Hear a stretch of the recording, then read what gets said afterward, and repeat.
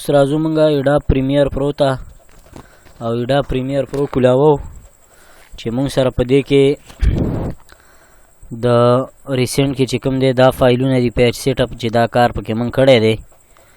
او دې مونږ کولاوو مخکې د ټول نه نیو پروجیکټ چې کوم دی دا ویل کېږي پروجیکټ هغه څه ته ویل کېږي چې هغې کې هر یو شی مثال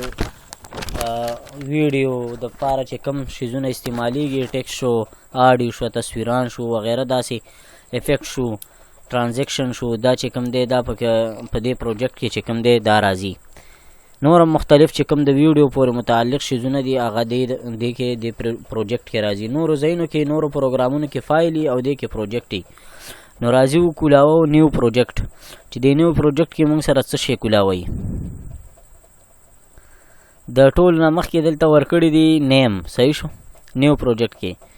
دلته به انټایټلډ کې چې کوم دی موږ ځان سره نوم اخلو مثال یو نوم ورکې ورله چې دا نوم شو د دې که نه د دې فایل بیا دا فایل ته چې کوم دی غواړې دا یو ځای کې سیف کې لوکیشن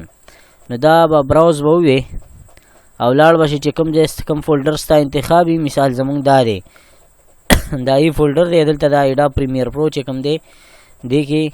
موږ سره ایډیټینګ دې فولډر کې موږ سره چې کومه ویډیو دغه کوو ایډیټ کوو هغه دې له چې کوم دی ډایرکټ ځي او دلته سیف کېږي صحیح شو بیا راځو دلته موږ سره چې کوم دی جنرل دی جنرل کې موږ سره دلته رینډر ښیي صحیح شو ویډیو رینډرینګ اینډ پلی بیک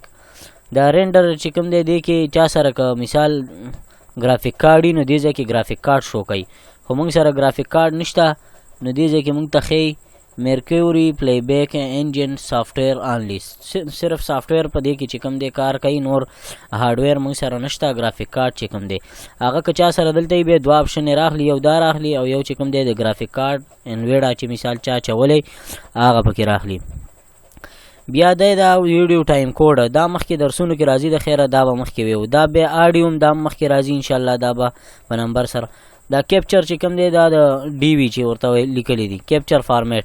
دا ډیجیټل کنورټر دغه کوي مثال دا د ویډیو چې کوم دغه راځي دا مخکې دا د کیمرو په حساب باندې دې کې دا کار کېږي او کیمره چې چا سره هغه بیا دا په دې باندې کنورټ کېږي نو دې ته دا ځکه چې کوم دی ډیجیټل کنورټر وایي صحیح شو نو راځو دا اوکې وو موږ ځان سره نیم هم واخیستو د نیو پروجیکټ دا هم چې کلیک کو موږ سره به نیو فایل کولاو کی لږ ټایم اخلي زموږ پروګرام لږ سلو دی او د انتظارم نم دا غواړو بخنه او صحیح شو پروګرام اوپن شو پروګرام کې 4 باکسز موږ ته راواخیسته اوس به ډېر رونه دې ته حیران چې یاره دا باکسز یې راواخیسته دا خو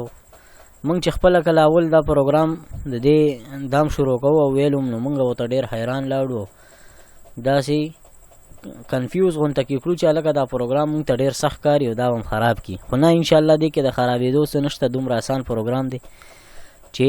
اول بس فقط موږ د دې انټرفیس ویو چې دا انټرفیس باندې ځان پوه کړو د هغې نه پس به انشاءالله بیا مخکې ځو راځو دلته موږ سره دا چې کوم دی دی ته وایي پروجیکټ وینډو صحیح شو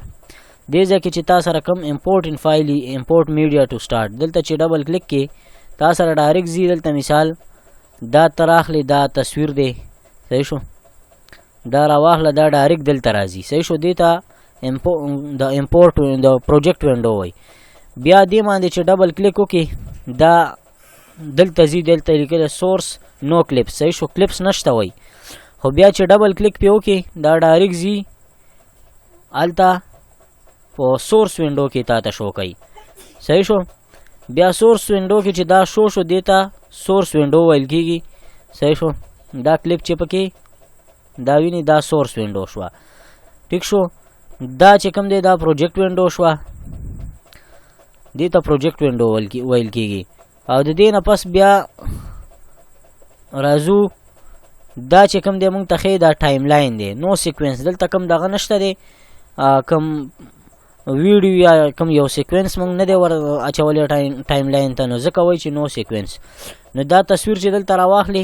صحیح شو ډایرکټ دې ځای کې سنیپینی دا موږ ته چې کوم دی په دې ځای کې دا ټایم لاین برابر شو دې ځای نه چې کوم دی ته خپله ویډیو ایډیټینګ او کوم پروجیکټ دغه چې تا سره دي پروجیکټ یا کوم سیکوینس ته ورکې نو هغه دې ځای کې تا سره ښیي مکمل شو کوي بره پروګرام وینډو کې دې ته ویل کېږي پروګرام وینډو. دا پروګرام وینډو ده. دا چې کوم دی دا ټایم لاین دی او هغه پروګرام وینډو ده. صحیح شو. او دا سورس وینډو شوه. صحیح شو. دا پروجیکټ وینډو شوه. دا موږ سره د دې انټرفیس دی او دا انټرفیس چې انشاءالله موږ یاد کو د دې نه مخکې به ځو د خیره او کار به پې کوو امیدي. نو امید دی چې زموږ ویډیو هم خوښه شي او زموږ چینل در سره سبسکرایب کوئ، لایک او شیر مه هېروئ، کمنټ چې چا کوم مشکل لاندې کمنټ کې پرېږدئ او موږ به انشاءالله کوشش کوو چې ستاسو مشکل ته لاسرسی ولرو. والسلام علیکم ورحمة الله وبرکاته.